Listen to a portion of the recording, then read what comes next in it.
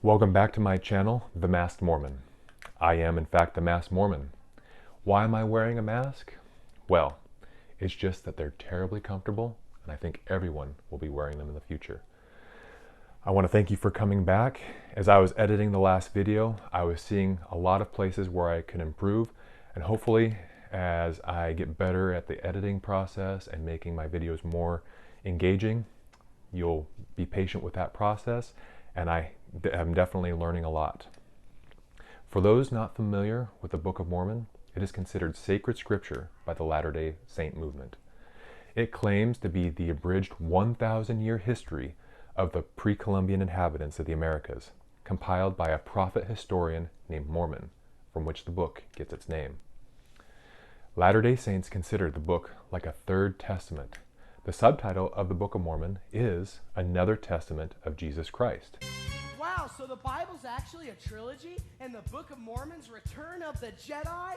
I'm interested. The Book of Mormon is made up of several smaller books, named after the primary narrator of that segment, and proceeds in a mostly chronological order with the departure of one group of people from Jerusalem prior to the Babylonian sacking of the city in 587 BC. The narrative follows these people as they are led by God through the Arabian desert for several years, then instructed on how to build a ship, and arrive in the Americas, where they develop into a complex, continent-spanning civilization. The introduction of the book describes these people as the primary ancestors. Nope. That has changed. These people were among the ancestors of the American Indians. The narrative of the book contains several sermons and teachings about the coming of Jesus Christ. This culminates about 2/3 of the way through the book when a resurrected Jesus Christ descends from heaven and visits these people. Jesus teaches them the Sermon on the Mount, establishes certain rituals like the sacrament or Lord's Supper, and establishes a church. After a few chapters, Jesus leaves and the people live in a peaceful utopia for a century or two, until civil strife takes hold and one group of people utterly destroys the other in a massive civil war unprecedented in the world until the mechanized slaughter that became possible in the 20th century. The history of these people was summarized by the aforementioned Mormon as he witnessed the collapse of his civilization, engraving the record on golden plates. He then passed the plates to his son Moroni, who added to the story himself, then buried the plates in a hill in what would become upstate New York. Over a millennia later, under the direction of an angelic Moroni, Mormonism's founder, Joseph Smith, was led to the location of these buried plates, and he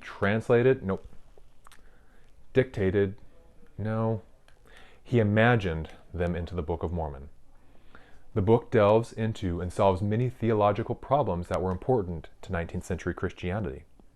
For instance, the nature of Jesus' sacrifice, man's relationship to God and the notion of original sin, thoughts concerning the fall and the nature of grace, the state of a person at resurrection, American exceptionalism, the nature of politics and religion, and many other topics beyond the scope of this video. The book is held dear by members of the Latter-day Saint movement, of which the largest group is the Church of Jesus Christ of Latter-day Saints. In fact, it is often used as a tool by many Latter-day Saints to develop a relationship with Jesus. It is also used by LDS missionaries as a tool to introduce people to the church and as a means of convincing people to Joseph Smith's prophethood.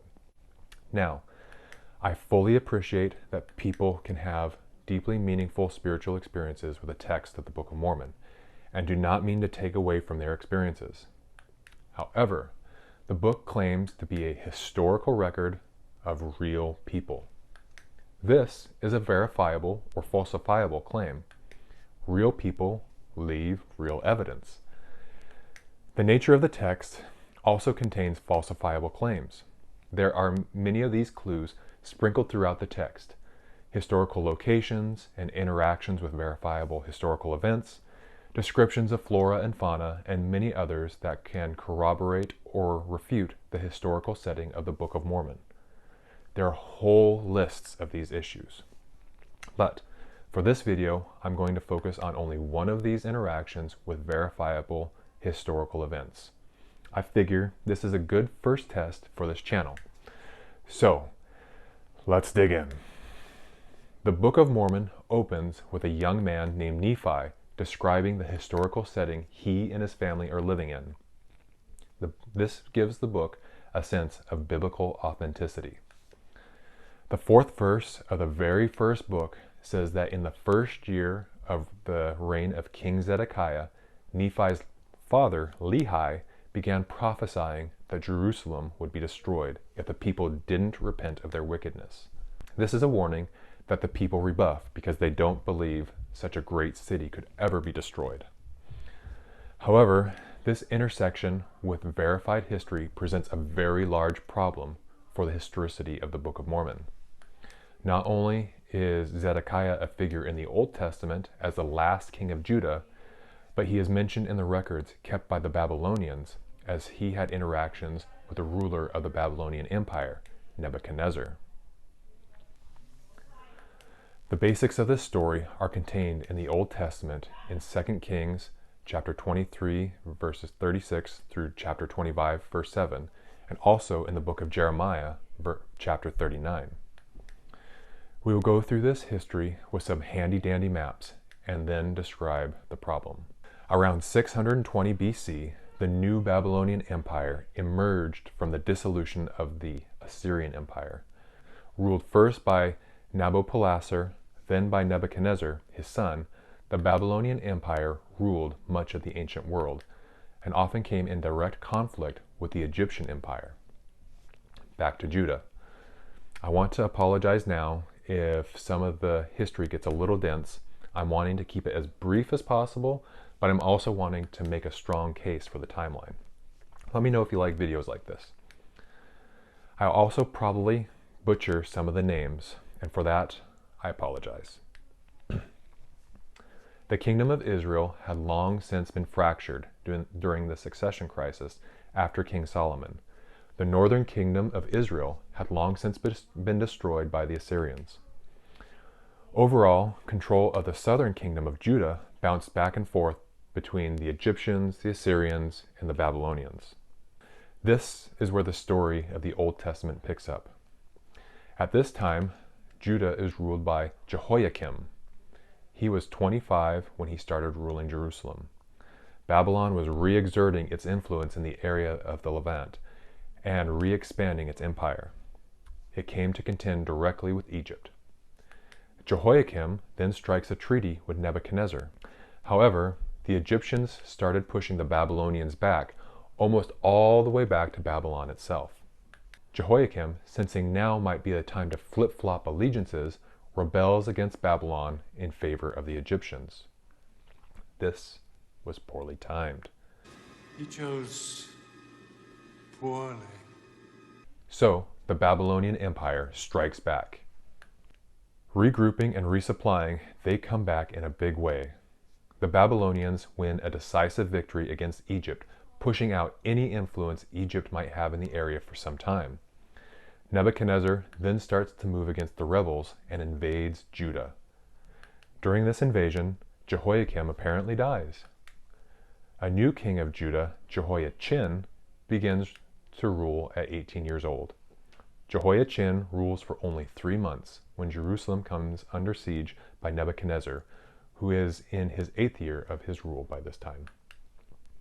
Jehoiachin, realizing he cannot match the Babylonians, then surrenders himself, his mother, servants, and palace officials to Nebuchadnezzar.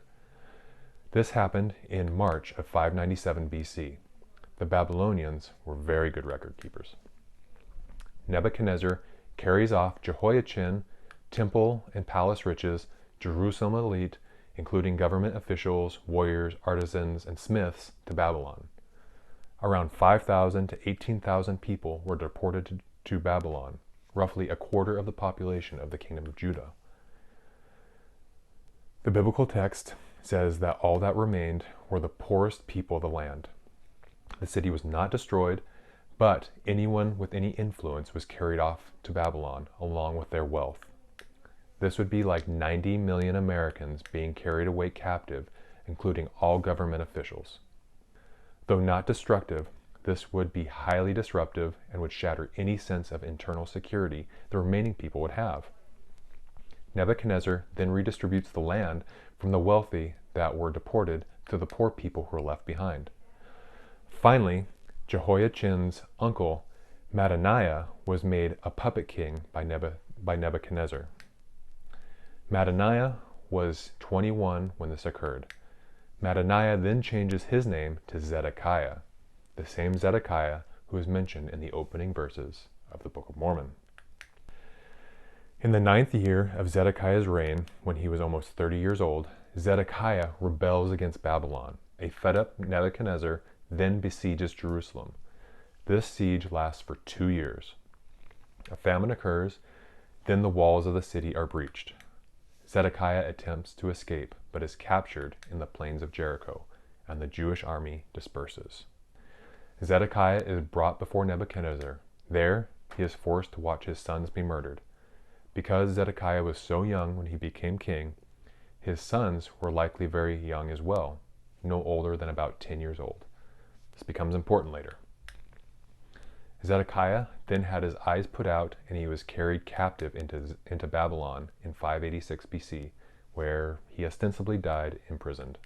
The city of Jerusalem was then razed, its walls toppled, the Temple of Solomon completely destroyed, and the rest of the inhabitants were also carried away to Babylon as slaves. Only a few people were permitted to remain to tend the land. Thus opens some of the more depressing parts of the Old Testament, like the Book of Lamentations. So, that was a lot of historical background for such a small, almost throwaway verse of the Book of Mormon. But that small verse sets the historical stage.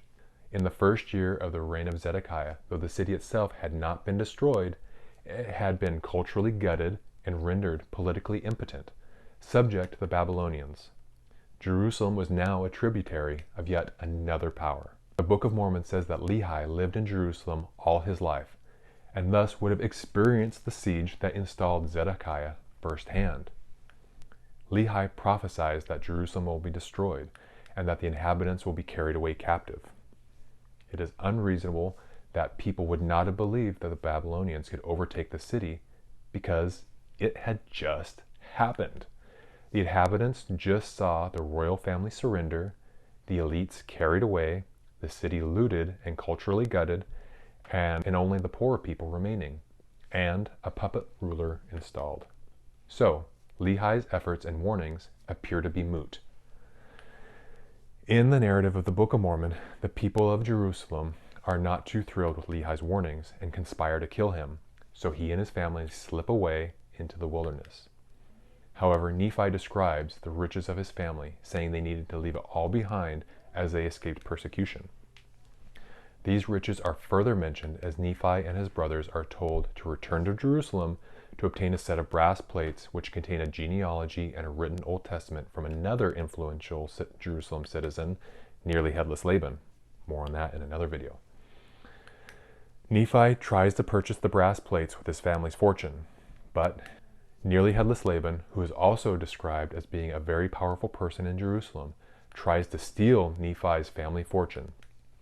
Being wealthy and influential enough to command large groups of people, has Nephi and his brothers chased out of the city, leaving the riches behind.